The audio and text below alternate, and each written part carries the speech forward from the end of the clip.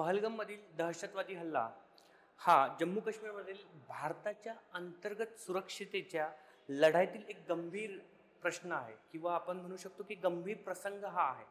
आणि 2008 नंतर म्हणजे 2008 मध्ये मुंबईमध्ये जो अटॅक झाला होता, टेररिस्ट अटॅक जो होता किंवा हल्ला होता, हा त्याहीपेक्षा घातक आहे असे म्हटले आहे.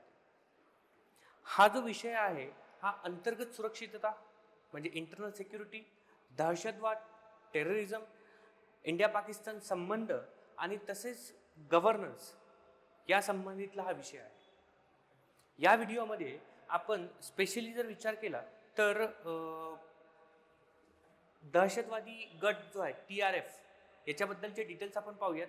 इंडिया आणि जे 5 पॉईंट ॲक्शन प्लॅन जो केला आहे ते काय आहे आणि त्याचा भविष्यात काय परिणाम होऊ शकतो ते आपण आज या व्हिडिओमध्ये पाहणार आहे. तर सर्वात महत्त्वाचं काय की 22 एप्रिल रोजी अनंतनाग जिल्ह्यातील पहलगाम येथे बेसरन व्हॅली जी आहे तिथे एक 5 ते 6 दहशतवाद्यांनी बेधुंद गोळीबार केला. त्यात 20च्या पेक्षा जास्त टुरिस्ट जे आहेत किंवा लोक यांची डेथ झालेली आहे. त्यात जर विचार केला तर प्रामुख्याने हिंदू पुरुष टुरिस्ट जे होते, हिंदू पुरुष पर्यटक जे होते ते होते, तसेच तिथले स्थानिक एक 2 लोक आणि फॉरेनर्स जे होते यांचा मृत्यू झालेला आहे. ओके, तर बेसरन व्हॅली जी आहे ही एक लोकप्रिय पर्यटन स्थळ आहे ज्याला मिनी स्वित्झर्लंड देखील म्हटलं जातं. आणि इथे जाण्यासाठी स्पेशली तुम्ही एक तर पायी जाऊ शकता किंवा घोड्यावरच जाऊ शकता. आणि त्यामुळेच काय झालं की तात्काळ बचाव जे होते कार्यात अडथळे इथे आलेले आहेत. तर हा महत्त्वाचा हे होता. आता इथं जर बघितलं तर आता याचे तपशील जर आपण थोडंसं बघितलं तर काय होतं की हल्लेखोर जे होते ते द रेजिस्टन्स फ्रंट ही लष्कर ए तय्यबाची आपण जर विचार केला तर एक प्रॉक्झी गट आहे. यांनी या हल्ल्याची जबाबदारी स्वीकारली आहे. आता यात महत्त्वाचा जर विचार केला तर आपण याची डिटेल्स पाहूयात की जसं पहलगाम आणि बेसरनची माहिती, TRF काय आणि भारताची ठोस रणनीती आणि त्याचा भविष्यात काय परिणाम होऊ शकते ते पाहू शकतो. तर इथं काय की पहलगाम आणि तिथले काय आहेत हे पाहण्याच्या आधी बेसिक्स आपण समजून घेऊ की द रेजिस्टन्स फ्रंट जे आहे हे लष्कर ए तय्यबाच्या एक गटाच्या पुरस्कृत शाखेने हल्ल्याची जबाबदारी घेतली होती. ओके, आता याच्याबद्दलचे आपण थोडेसे डिटेल्स पाहूयात. आणि याच्यात जर विचार केला तर सैफुल्लाह कसूरी और कासुरी जरा सैफुल्लाह कासुरी किंवा उर्फ त्याला खालिद पण म्हटलं जातं, हा तो व्यक्ती आहे ज्याने हे केलं. ओके, महत्वाचं हे आहे. नंतर आता इथं काय की लोकेशन पण आपण तिथलं पाहूया की कुठं कुठं हे झालेलं आहे. ओके, एक मिनिट. आणि TRFचा आसिफ फौजी याने या हल्ल्याचे नेतृत्व केले आहे. ओके, आता इथं काय की महत्वाचा याचा मुद्दा काय होता की यांनी हल्ले का केले आणि त्याच्या मागचा काय उद्देश होता. तर TRF जे आहे यांचा मुख्य उद्देश आहे जे काश्मीरी जे आहेत जे तिथं स्थायिक झालेले आहेत 370 कलम तिथं रद्द केल्यानंतर त्यामुळे तिथं लोकसंख्येमध्ये बदल येऊ शकतो आणि अराउंड 85,000 लोकांना तिथलं डोमेसाईल दिलं गेलेलं आहे. त्यामुळे त्यांना हा सर्वात महत्त्वाचा दावा त्यांनी केला होता आणि त्यामुळे त्यांनी त्या विरोध दर्शनासाठी हा हल्ला केलेला आहे असं त्यांचं म्हणणं आहे. आता इथं महत्त्वाचं काय की त्यासाठी मग तात्काळ प्रतिसाद म्हणून काय केलं गेलं होतं तर सुरक्षा उपाय वाढवले. तिथल्या ज्या एरिया तो पूर्ण सील करण्यात आलेला आहे. त्यानंतर दहशतवादी विरोधी मोहीम सुरू केली गेली आहे. आणि जुलैमध्ये जी अमरनाथ यात्रा आहे त्याच्या पार्श्वभूमीवर आता गस्त आणि पाळत जे आहे ते वाढवल्या गेली आहे. तसंच आपण बघितलं की बाकीचे पॉलिटिकल पार्टीज जे आहेत त्यांनी पण याचा विरोध केला आहे आणि राजकीय प्रतिक्रिया पण त्या बाबतीत आलेल्या आहेत. आता इथं आपलं महत्त्वाचं काय की द रेजिस्टन्स फ्रंट जी आहे एक अतिरेकी संघटना याच्याबद्दलचे थोडेसे डिटेल्स आपण इथं पाहूयात की याची उत्पत्ती कशी झाली आणि स्थापना. तर याची उत्पत्ती जी आहे ती 2019 मध्ये 370 कलम जेव्हा रद्द करण्यात आलं त्याच्या विरोधात नंतर विशेष दर्जा जो होता जम्मू काश्मीरचा तो रद्द करण्यात आल्यानंतर द रेजिस्टन्स फ्रंट ही स्थापन करण्यात आली होती. पहिल्या महत्त्वाची गोष्ट. आता याचा संबंध कुठं आहे तर संबंध याचा लष्करी एलिटी जो आहे, लष्करी तैयबा जो आहे त्यांच्याशी संबंध आहे. आणि भारत सरकार आणि तसंच गुप्तचर संघटना यांनी जे सांगितलेलं आहे किंवा यांचा दावा यांनी केलेला आहे की the financial action task force जे आहे यांच्या दबावानंतर पाकिस्तानातील ISIS जे आहे काश्मीरमधील दहशतवादाला स्थानिक आणि धर्मनिरपेक्ष आपण जे म्हणतो स्वरूप देण्यासाठी TRF ची स्थापना केली गेली होती. ओके, हा महत्त्वाचा मुद्दा आहे. त्यानंतर जर विचार केला तर याचं नेतृत्व कोण करते, तर नेतृत्व जे आहे ते शेख सजाद गुल हे करतात. आणि शेख सजाद गुल हा जो व्यक्ती आहे याला टेररिस्ट म्हणून घोषित करण्यात आलं होतं UAPA ॲक्ट 1967 नुसार. भारत सरकारने हे केलेलं आहे. आणि तर बासित अहमद द्वारा हा मुख्य ऑपरेशनल कमांडर होता तिथील विचार केला तर TRF ची रचना जी आहे ती हिजबुल मुजाहिदीन आणि इतर दहशतवादी गटांचे कार्यकर्ते यात समाविष्ट आहेत. हा पहिला महत्त्वाचा मुद्दा. आता यांची विचारधारा काय, मुख्य उद्देश काय, तर कलम 370 जे होता ते रद्द केल्यानंतर जम्मू काश्मीरमधील पॉप्युलेशन जे आहे लोकसंख्या याच्यात चेंजेस होऊ शकतात, कारण तिथं स्थानिकांव्यतिरिक्त दुसरे पण येऊ शकतात. ओके, भारताचे नागरिक वगैरे तिथे येऊ शकतात. तर लोकशास्त्रीय जो बदल होत आहे पॉप्युलेशन मधला त्याचा त्यांचा विरोध आहे, पहिली महत्वाची गोष्ट. आणि यांचं ब्रीद वाक्य जे आहे ते आहे विजयापर्यंत प्रतिकार, हे त्यांचं ब्रीद वाक्य इथलं आहे. तसंच प्रचार जे कसे करतात, तर प्रचार जे ते धर्मनिरपेक्ष आणि राष्ट्रवादी भूमिका आहे त्यांची दाखवल्या गेलेली आहे. तर त्यांचं नाव पण जर बघितलं तुम्ही द रेजिस्टन्स फ्रंट आहे. आणि तसेच ते सोशल मीडियावर जे आहे ते कार्यरत आहेत किंवा तिथे ॲक्टिव्ह आहेत. तिथं त्यांचं कार्यरत जे आहे किंवा ॲक्टिव्ह आहेत ते काश्मीर रेजिस्टन्स म्हणून या नावाने कार्यरत आहे. हा महत्त्वाचा मुद्दा इथं आहे. त्यांची रणनीती जी आहे ते जम्मू काश्मीरमध्ये जे गैरस्थानिक लोक आहेत तिथं जे व्यवसाय करतात त्यांना ते अटॅक करतात. त्यानंतर डोमेसेल प्रमाणपत्र ज्यांना दिलं त्यांना विरोध केला जातोय तिथं. आणि RSSचे एजंट म्हणून त्यांना घोषित करण्यात येत आहे. हा त्यांचा काही थोडा प्रमाणात जर विचार केला तर त्यांचा मेन रणनीती इथं आहे. तसंच आता कार्यपद्धती काय, तर कार्यपद्धती मेन काय त्यांचं टार्गेट लक्षित हत्या. म्हणजे इथं त्यांनी काय केलं की शीख, मुस्लिम, सरकारी कर्मचारी तसेच TRFचे काश्मीरी हिंदू जे आहेत त्यांच्यावर त्यांनी अटॅक केलेला आहे. तसंच व्यापारी आणि पर्यटक यांच्यावर पण त्यांनी आतापर्यंत जर बघितलं तर हल्ला केलाय. याचे आणखी उदाहरणं जर बघितलं तर ऑक्टोबर 2024 मध्ये जे आहे गंदरबाल हल्ला इथे केला होता. हा श्रीनगर ते लेह हा जो रोड बनवत होता तर स्पेसिफिकली लोहमार्गावर बोगद्याचं जिथं काम चालू होतं तिथल्या एका व्यक्तीला स्पेसिफिकली तिथला जो डॉक्टर होता हा गैरस्थानिक होता आणि त्याला मारलं गेलं होतं. 2024 मध्ये TRFनीच केलं होतं. तसेच भरती जी आहे त्यांची तर ऑनलाईन प्लॅटफॉर्मद्वारे ती भरती करतात. ओके, तर ऑनलाईन प्लॅटफॉर्ममध्ये भरती करते प्रचारासाठी ते सोशल मीडियाचा वापर करतात. म्हणजे जे सायबर सिक्युरिटीचा पण इश्यू आहेच. ओके, मग हा महत्वाचा आहे. आणि लॉजिस्टिक पण त्यांचं खूप व्यवस्थित आहे. स्पेसिफिकली ते काय करतात, पाकिस्तानमधून घुसखोरी किंवा शस्त्र हे आणि अंमली पदार्थाची तस्करी करतात. हा त्यांचा मेन हे आहे. आणि निधी जो मिळतो त्यांना ISIS कडून बऱ्यापैकी निधी त्यांना मिळतो आहे. ओके, तर TRFला जे आहे भारत सरकारने एक दहशतवादी संघटना म्हणून घोषित केलं होतं. तर 2023 मध्येच त्यांना दहशतवादी संघटना म्हणून घोषित करण्यात आलेलं होतं. आणि नंतर जर विचार केला तर भारताने हा जो हल्ला झालेला आहे या हल्ल्याविरोधात जे आहे की एक कृती योजना तयार केली होती पहलगाम साठीची. आता ती काय आहे ती पण आता थोडंसं इथं आपण बघूयात. याच्याबद्दलचे आपण डिटेल्स थोडेसे बघितलेत. आता पहलगामचं लोकेशन पण आपण पाहूयात आणि त्याचे हे पण नंतर बघूयात. तर इथं काय की भारताचे पाकिस्तान विरोधातील 5 महत्वाचे मुद्दे. मग हे महत्वाचे मुद्दे काय एक एक थोडंसं डिटेलमध्ये पण समजण्याचा प्रयत्न करूयात सो दॅट इझी जाईल. एक आहे इंडस जल कराराची स्थगिती. म्हणजे हा जो करार होता हा 1960 मध्ये झाला होता. तर याबद्दलचे डिटेल्स आपण पाहूयात.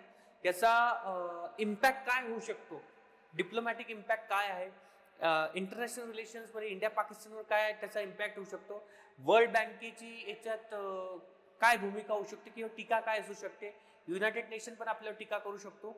सोबतच एन्व्हायरमेंटल कन्सर्न्स पण असू शकतात. दुसरा आहे दैनिक दळणवळण हे बंद करण्यात आलेलं आहे. पाकिस्तानी नागरिकांसाठी सार्क व्हिसा सवलत ही रद्द करण्यात आलेली आहे.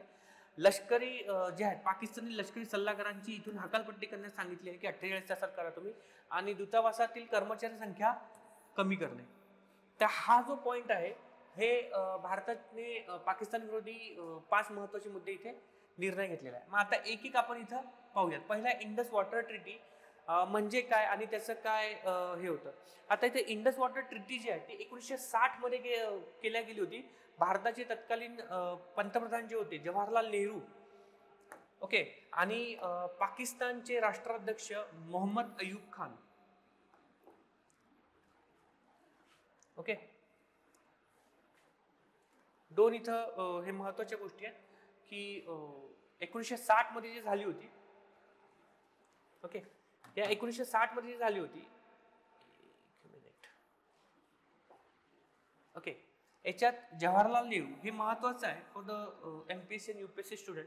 पाकिस्तानचे राष्ट्राध्यक्ष मोहम्मद अयूब खान आणि वर्ल्ड बँकेचे प्रतिनिधी पण होते WAB इलिफ यांच्यात हा करार झाला आणि हा करार 1 एप्रिल 1960 पासून अंमलात आला होता.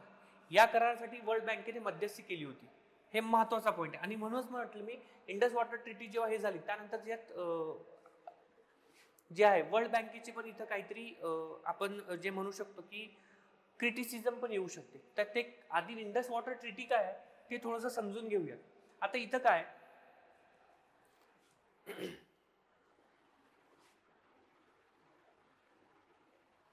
तर याच्यामध्ये नद्यांचे वाटप झाले होते. नद्यांचे वाटप कसे झाले तर मी जसं सांगितलं होतं की हाऊ टू रिमेंबर इट ते पण सांगितलं होतं मी. तर इथं काय सतलज, बियास, रावी, चिनाब, झेलम, ओके, इंडस, ह्या नद्या आहेत. ह्या ज्या 3 नद्या आहेत स्पेसिफिकली सतलज, बियास आणि ही रावी रिव्हर, ह्या 3 पूर्वेकडील नद्या आहेत. ह्या इंडियाला देण्यात आल्या भारताला. आणि इंडस, झेलम आणि चिनाब याचा अधिकार जो आहे तो पाकिस्तान, ओके. भारताला पूर्ण हक्क आहे सिंचन, पिण्याचे पाणी आणि वीज निर्मितीसाठी. तर त्या कुठल्या आहेत सतलज, बियास आणि रावी. पश्चिमेकडील नद्या ज्या आहेत चिनाब, झेलम आणि इंडस ह्या पाकिस्तानला देण्यात आल्या. मग पाकिस्तानला मुख्य वापर कशासाठी आहे इथं या 3 नद्यांचा पाकिस्तानचा मुख्य वापर इथं होता आणि बाकीचे भारताला फक्त मर्यादित वापर आहे. जसे लहान जलविद्युत प्रकल्प इथं आपण बनवू शकतो. हा महत्वाचा पॉईंट इथं होता.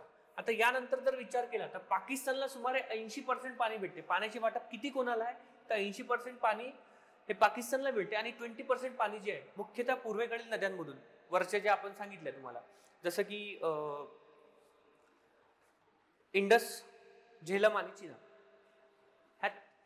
या नदीमधलं जर विचार केला 20% पाणी फक्त इंडियाला भेटतं, बाकी तर नाही. हा करार का महत्वाचा होता तर 93% पाणी पाकिस्तान शेतीसाठी वापरतो. हा खूप महत्वाचा मुद्दा आहे आणि त्यामुळेच भारताने सर्वात पहिलं हे केलं इंडस वॉटर ट्रिटी. 93% जे आहे पाकिस्तान शेतीसाठी हे पाणी वापरतो, ओके. म्हणजे पाकिस्तान ऍग्रिकल्चरवर डिपेंडंट आहे आणि सर्वात जास्त पाणी जिथे त्यांना लागतं तिथंच लागतो. तर हा आपला खूप महत्वाचा मुद्दा होता. इंडस वॉटर ट्रिटी आपण तिथं थांबवली. दुसरं महत्वाचं काय इथं की येथील जे काही महत्वाचे शहर आहेत, ओके, जसं की आपण विचार केला की लाहोर, मुलतान आणि कराची. इथं जर बघितलं तुम्ही हा मुलतान इथं आहे, लाहोर इथं पण त्यातल्या काहीतरी रिव्हर येतात आणि कराची आहे. तर इंडस वॉटरच्या नद्यांमधल्या हे रिव्हर आहेत. ह्या तिन्ही रिव्हर जर तुम्ही बघितल्या तर खूप सिटीज जर बघितल्या खूप महत्वाच्या सिटी आहेत आणि तिथल्या पिण्याचे पाणी याच नद्यांमधून येते. हा दुसरा महत्वाचा मुद्दा आहे. आणि तिसरा जर विचार केला टर्बेला आणि मंगला यांसारखे मोठे जलविद्युत प्रकल्प या नद्यांवर आधारित आहेत. तर आपण काय केलं इंडस वॉटर ट्रिटी अंतर्गत हे इथं थोडंसं थांबवण्याचा प्रयत्न केला, ओके. मग आता इथं काय की या अंतर्गत या करारामुळे पूर्वेकडील नद्या आणि पश्चिमेकडील नद्यांचा आपण हे केला तर पाकिस्तानवर याचा परिणाम काय होऊ शकतो तर यामुळे पाकिस्तान जे आहे पाकिस्तानची शेती आणि पाणी पुरवठ्यावर याच्यावर खूप मोठा गंभीर परिणाम होऊ शकतो. एक सर्वात महत्वाचं कारण की हे तुम्हाला सांगितलं मी. आणि याच्यामुळे निलंबनामुळे काय होऊ शकते की जागतिक बँक आणि संयुक्त राष्ट्राकडून आपल्याला टीका पण होऊ शकते आणि ते कदाचित झालेली पण असेल किंवा होईल. हा खूप महत्वाचा एक पॉइंट आहे. त्यानंतरचा जर आपण विचार केला की नंतरचा जो पॉइंट आहे, ओके, अटारी वाघा सीमा भारत पाकिस्तान मधील मुख्य रस्त्याची व्यापारची ही सीमा आहे, ओके. अटारी वाघा सीमांपैकी पूर्णतः बंद करण्यात आली. यात जर बघितलं भारताने सीमा पूर्णपणे बंद केली आहे आणि 1 मे 2025 पर्यंत आत असलेल्या लोकांना आपापल्या देशात परतण्याची संधी देण्यात आली. म्हणजे जर पाकिस्तानकडून काही व्यक्ती जर आपल्याकडे आलेले असतील, त्यांना सांगितले की तुम्ही 1 मेच्या आत वापस जा. 48 तासाच्या आतच त्यांना सांगितलं बहुत करून की तुम्ही वापस जा. आणि पाकिस्तानात जे असतील त्यांना सांगितले की आपले इंडियन्स जे असतील त्यांना सांगितले की तुम्ही वापस या. हे महत्वाची इथं हे केलेलं आहे. आता इथं काय की यामुळे परिणाम काय होऊ शकतात की इंडिया पाकिस्तान जे रिलेशन आहे, व्यापारी संबंध जे आहेत ते खराब होऊ शकतात. व्यापारी संबंध म्हणजे काय की जे बॉर्डर एरियामध्ये जे व्यापारी आहेत त्यांच्यावर याचा परिणाम खूप जास्त होऊ शकतो. ओके. जम्मू काश्मीर आणि पाकिस्तान मधले व्यापारी जे असतील त्यांच्यावर हा परिणाम होऊ शकतो. इंडियाच्या व्यापाऱ्यांवर पण हा परिणाम होऊ शकतो. आणि स्पेसिफिकली जर विचार केला त्यामुळे द्विपक्षीय व्यापार बाधित होईल आणि पाकिस्तानच्या निर्यातीवर परिणाम होऊ शकतो. इंडियाला एवढा फरक पडणार नाही, फरक पडतो तो पाकिस्तानला. ओके, हा महत्वाचा आहे. आणि यामुळे व्यापाऱ्यांवर आणि सीमेजवळील जे समुदाय आहेत त्याच्यावर जास्त परिणाम होऊ शकतो. हे समजणं पण थोडंसं गरजेचं आहे. ओके, हा एक महत्वाचा मुद्दा होता. त्यानंतर जर विचार केला आपण, थर्ड पॉइंट जो होता सार्क व्हिसा सवलत योजना रद्द करणे. आता पहिलं महत्वाचं काय की सार्क काय, तर सार्क म्हणजे देश आहेत ते पण थोडंसं समजणं गरजेचं आहे. ज्यात आहे इंडिया, पाकिस्तान, अफगाणिस्तान. हा क्वेश्चन MPSC ने विचारलेला आहे. आणि मला जेवढं माहिती आहे, जेव्हा मी हा डिस्कशन केला होता तेव्हा एक स्टुडंट होता, तो बोलला अरे सर लक्षातच नाही आलं, अफगाणिस्तान पण तिथं हे आहे म्हणून. तर इंडिया, पाकिस्तान, अफगाणिस्तान, नेपाळ, भूटान, बांगलादेश आणि श्रीलंका आणि मालदीव हे देश म्हणून सार्क तयार होतं. ओके, तर मग इथं काय, सार्क व्हिसा सवलत योजनेद्वारे काही पाकिस्तानी नागरिकांना भारतात सहज प्रवेश मिळतो. म्हणजे काही पाकिस्तानी म्हणजे कोण आहे, डेलिगेट्स असू शकतात, तिथले सांसद असू शकतात, तिथले महत्वाचे व्यक्ती असू शकतात, तिथले स्पोर्ट्स पर्सन्स आहेत. ओके, त्यांना इझिली ऍक्सेसिबल आहे, इंडियामध्ये ते येऊ शकत होते. आणि भारताने ही सवलत तात्काळ रद्द केल्या आहेत. सध्या अशा व्हिसावर भारतात असणाऱ्या नागरिकांना 48 तासात भारत देश सोडायला सांगितलेला आहे. ओके, मग आता हे तर केलं आपण. आता इथं काय की याचा परिणाम काय होऊ शकतो, तर यामुळे आपण जर विचार केला थोडासा की सांस्कृतिक आणि वैद्यकीय पर्यटन इथं थोडासा बाधित होऊ शकतो. आणि याचा इंटरनॅशनल रिलेशन्स मधला सार्कचे जे देश आहेत त्याच्यावर पण परिणाम होऊ शकतो. हा खूप महत्वाचा हे होऊ शकतो, परिणाम याचा होऊ शकतो. ओके, त्यानंतर आणखी डिटेल्समध्ये आपण जाऊयात, एक एक आधी बघून घेऊयात. नंतर जर विचार केला सार्क नंतर, तर पाकिस्तानी लष्करी सल्लागारांना देश सोडण्याचा आदेश. तर नवी दिल्लीत जे पाकचे उच्च आयुक्त जे आहेत कार्यरत, जसे लष्कर, नौदल आणि हवाई दलाचे सर्व पाकिस्तानी सल्लागार यांना भारतात राहू शकणार नाहीत ते आता. आणि सॉरी, ओके, तसंच भारताने त्यांना एक पर्सोना नॉन ग्रॅटा, ज्याला अस्वीकार्य व्यक्ती घोषित आहेत, त्यांना असे केले गेले. आणि या निर्णयामुळे त्यांना एका आठवड्याच्या आत भारतातून बाहेर पडण्याचे आदेश देण्यात आले. या निर्णयाच्या प्रत्युत्तरात भारताने इस्लामाबाद मधील आपले जे डेलिगेट्स आहेत त्यांना पण तिथे कमी केल्याने त्यांना वापस बोलवण्यात आलेलं आहे. ओके, हा महत्वाचा मुद्दा आहे. तसंच यामुळे काय होऊ शकतं, तर पाकिस्तानचे गुप्तचर जे आहेत, ओके, त्यांच्या संकलनावर थोडीशी मर्यादा त्यांच्यावर येऊ शकते. गुप्तचर त्यांचे जे खाती इथं काम करतात त्यांच्यावर. तसेच भारताला काय आव्हान होऊ शकतं की पाकिस्तान देखील भारतीय डेलिगेट जे त्यांना ते तिथून हकालपट्टी करू शकतो. पण हा आपल्यासाठी एवढा महत्वाचा मुद्दा नाही आहे. आपण एक होलिस्टिक बघतो की याचा परिणाम काय होऊ शकतो आणि फ्युचर काय होऊ शकते. ओके, त्यानंतर उच्चायुक्त कर्मचारी जे आहेत ते पण इथून कमी करण्यात आलेले आहेत, जसं मी तुम्हाला सांगितलं होतं. ओके, पाकिस्तानमधील भारतीय दूतावास 55 कर्मचारी होते, ती संख्या 30 पर्यंत कमी करण्यात आलेली आहे. आता हा जो ऍक्शन प्लॅन आपण घेतला आहे भारतातील दूतावासाचे हे, आणि हे 5 ऍक्शन प्लॅन जे आपण घेतले, महत्वाची जी आपण भूमिका घेतली होती, याचा परिणाम कसा आहे, तर याचा परिणाम जो आहे हा जी योजना आहे, ह्या 3 याच्यात आपण डिवाइड करू शकतो. ते एक आहे आर्थिक, डिप्लोमॅटिक आणि सिम्बॉलिक. ओके, प्रतिकात्मक म्हणजे काय, आर्थिक त्यांच्यावर हल्ला होऊ शकतो पाकिस्तानवर. तो कसा, तर इथं इंडस वॉटर ट्रीटी. दुसरा कटारी बॉर्डर जे आहे, आपण वाघा बॉर्डर आपण जे म्हणतो, ती बंद करण्यात आली. त्यामुळे इकॉनॉमिक इम्पॅक्ट हा पाकिस्तानवर जास्त होऊ शकतो, कारण की ऍग्रिकल्चरवर डिपेंडंट आहे 93%. इंडस वॉटर ज्या नद्या ज्या आहेत, इंडसच्या नद्या ज्या आहेत त्याच्यावर त्या डिपेंडंट आहेत सगळ्या ऍग्रिकल्चर. आणि 3 महत्वाची शहरं या नद्यांवरच आहेत. तर आर्थिक त्यांना नुकसान होऊ शकते. दुसरं जे आहे ते सीमा चौकी बंद केली, त्यामुळे जो ट्रेड होता तो बंद झाला. तर तिथं त्यांना खूप मोठा इश्यू होऊ शकतो. पहिली महत्वाची गोष्ट. डिप्लोमॅटिक जर विचार केला आपण, याचा अनालिसिस जर आपण थोडासा विचार केला तर पहिला होऊ शकतो इकॉनॉमिक, म्हणजे इंडस वॉटर ट्रीटी आणि बॉर्डर जी आपण सील केली त्यामुळे. सेकंड जो आहे तो डिप्लोमॅटिक. मग डिप्लोमॅटिक इश्यू काय होऊ शकतो, तर व्हिसा रद्द केला ना आपण, ओके, आणि उच्चायुक्त कर्मचारी जे होते ते कमी करण्यात आले, त्यामुळे डिस्कशनच होणार नाही. हा दुसरा महत्वाचा मुद्दा आहे. आणि तिसरा जो आहे तो आहे सिम्बॉलिक किंवा प्रतिकात्मक आपण म्हणू शकतो. ओके, म्हणजे काय की पाकिस्तानी लष्करी सल्लागारांची हकालपट्टी आपण इथून केली गेलेली आहे, तर त्याच्यावर उपाय त्यांना आळा घालण्यात येऊ शकतो आणि पाकिस्तानला अलग ठेवण्याचा आणि दहशतवादाला आळा घालण्याचा हा प्रयत्न आपला आहे. ओके, याचा शॉर्ट टर्म इम्पॅक्ट आणि लॉंग टर्म इम्पॅक्ट पण होऊ शकतो. शॉर्ट टर्म इम्पॅक्ट काय होऊ शकतो की देशातील जे जनता आहे त्यांचे मनोबल उंचावले जाऊ शकतो. सेकंड काय, पाकिस्तानवर आर्थिक आणि राजकीय दबाव आपण टाकण्याचा प्रयत्न करतो किंवा केलेला आहे. लॉंग टर्म इम्पॅक्ट जे आहे याच्यामुळे काय होऊ शकतं की एक सार्क जे देश आहेत, इंडिया पाकिस्तान आहे, यांच्यात तणाव वाढण्याची शक्यता वाढू शकते आणि या तणावामुळे काय होऊ शकते की प्रतिकात्मक हल्ले पण वाढू शकतात पाकिस्तानकडून. ओके, तसेच आंतरराष्ट्रीय टीका पण होऊ शकतात आणि अगदी लष्करी चकमकी ज्या आहेत त्या पण वाढू शकतात.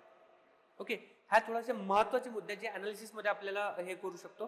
तसेच इंडस जल करार जो आहे, इंडस वॉटर ट्रीटी जो आहे, निलंबन हे जागतिक बँक आणि युनायटेड नेशन जे आहे, संयुक्त राष्ट्र यांच्या सामोरे पण आपल्याला जाण्याची शक्यता किंवा जावं लागेल की आपण असं का केलं. तर हा एक महत्वाचा मुद्दा आहे. ओके, तर भविष्यातील परिणाम म्हणजे सुरक्षा परिणाम होऊ शकतो. ओके, म्हणजे काय की दहशतवाद विरोधी उपाय आपण इथं करणं गरजेचं आहे. TRF आणि LET सारख्याच्या प्रॉक्सी गटाविरुद्ध तीव्र कारवाई करणं आपलं गरजेचं आहे. सीमा सुरक्षा वाढवणं आपल्याला खूप महत्वाचं काम आहे आता. तसंच जर परराष्ट्र धोरण परिणाम जो आहे याच्यामुळे काय होऊ शकते की IWT जसं इंडस वॉटर ट्रीटी आपण जे आहे बंद केले, याच्यामुळे काय होऊ शकते की तणाव वाढू शकतो बिटवीन द टू कंट्रीज आणि सार्क ज्या कंट्रीज आहेत त्यामध्ये. तसंच भारताने जे आहे की इथं थोडासा जर विचार केला तर शक्तीच्या माध्यमातून शांतता धोरण आणणं गरजेचं आहे. आणखी थोडासा परिणाम दबाव, इंटरनॅशनल प्रेशर आणणं त्यांच्यावर गरजेचं आहे किंवा करू शकतो. सामाजिक आणि आर्थिक परिणाम पण होऊ शकतात. स्पेसिफिकली तिथले जे व्यापारी वर्ग आहेत त्यांच्यावर याचा परिणाम खूप जास्त होऊ शकतो. ओके, काश्मीरी समाज जे आहे त्याच्यावर पण थोडासा परिणाम होऊ शकतो आणि पर्यटन जे आहे, टुरिझम जे आहे त्याच्यावर पण याचा थोडासा परिणाम होऊ शकतो. तर हे जे आहे आणि त्याहीपेक्षा महत्वाचं आणखी काय की काही चॅलेंजेस पण आहे. सायबर सिक्युरिटी चॅलेंजेस आहेतच ना, कारण की इथं काय की TRF काय करतं, सोशल मीडियावर काम करतं आणि तिथूनच रिक्रुटमेंट करण्याचं काम करतं. मग इथं महत्वाचं काय, आपली सायबर सुरक्षा यंत्रणा वाढवणं गरजेची आहे. ओके, आणि ते सक्षम करणं गरजेचे आहे. मग इथं रिलिव्हन्स काय येतो, तर इथं आहे ना NIA आहे, नॅशनल इन्व्हेस्टिगेशन एजन्सी आहे, NATGRIT आहे, UAP आहे. हे जे आहेत इथं थोडंसं आणखी काम करणं गव्हर्नन्ससाठी करणं गरजेचं आहे. तसंच फॉरेन पॉलिसी इम्प्लिकेशन्स पण इथं जसं सांगितलं, इंडिया पाकिस्तान रिलेशन्समध्ये प्रॉब्लेम येऊ शकतात. इंटरनॅशनल डिप्लोमसी जी आपली आहे की UN, वर्ल्ड बँक आणि चीन जे आहेत हे आपल्यावर थोडासा प्रेशर आणण्याचा प्रयत्न करू शकतात. ओके, तसंच रिजनल स्टॅबिलिटी जी आहे ते थोडीशी बिघडू शकते. ओके, आणि टुरिझम जसं मी सांगितलं, सामाजिक आणि आर्थिक परिणाम जर आपण विचार केला तर इथं टुरिझमवर इम्पॅक्ट होऊ शकतो आणि त्यामुळे तिथले जे व्यक्ती आहेत, ओके, जम्मू काश्मीर मधील, त्यांच्यावर हा परिणाम खूप मोठा परिणाम होऊ शकतो. काश्मीरी सोसायटीवर आणि इकॉनॉमिक कॉस्ट पण तिथल्या लोकांना जास्त प्रमाणात देऊ शकतो. म्हणजे अटारी वाघा चेकपोस्ट जे आपण बंद केली त्याचा. तर याचा रिलिव्हन्स जर आपण विचार केला तर याचा रिलिव्हन्स जो आहे तो एक्झामसाठी पहलगाम कुठं आहे तर ते एक महत्वाची गोष्ट आहे. सेकंड इम्पॉर्टंट थिंग जर आपण विचार केला तर गव्हर्नन्सचा इश्यू येतो. त्यानंतर इंटरनॅशनल रिलेशन्समध्ये हा विषय तुम्हाला येऊ शकतो आणि त्याबद्दलच्या सगळ्या डिटेल्स तुम्हाला माहिती असणं गरजेचं आहे. ओके, तर तसंच जर आपण थोडासा विचार केला तर पहलगाम दहशतवादी हल्ला जो झालेला आहे सततच्या धोक्याची ही आठवण करून देते. आणि याच्यामुळे काय होऊ शकतं की भारताची जे 5 पॉइंट ऍक्शन प्लॅन जो आपण घेतलेला आहे तो पाकिस्तानला अलग ठेवण्याचा आणि राष्ट्रीय सुरक्षा मजबूत करण्याचा प्रयत्न आहे. ओके, तर ह्या गोष्टी थोड्याशा महत्वाच्या जे की तुम्हाला समजणं गरजेचं होतं. Okay, so hope you understand this topic. याबद्दल काही जर तुम्हाला शंका असेल तर तुम्ही इथं कमेंट करू शकता खाली. आणि तरी जर आणखी जर काही हे असेल तर you can reach to me on that number. जो नंबर दिला आहे तिथे तुम्ही हे करू शकता. Okay, thank you so much. Bye and take care.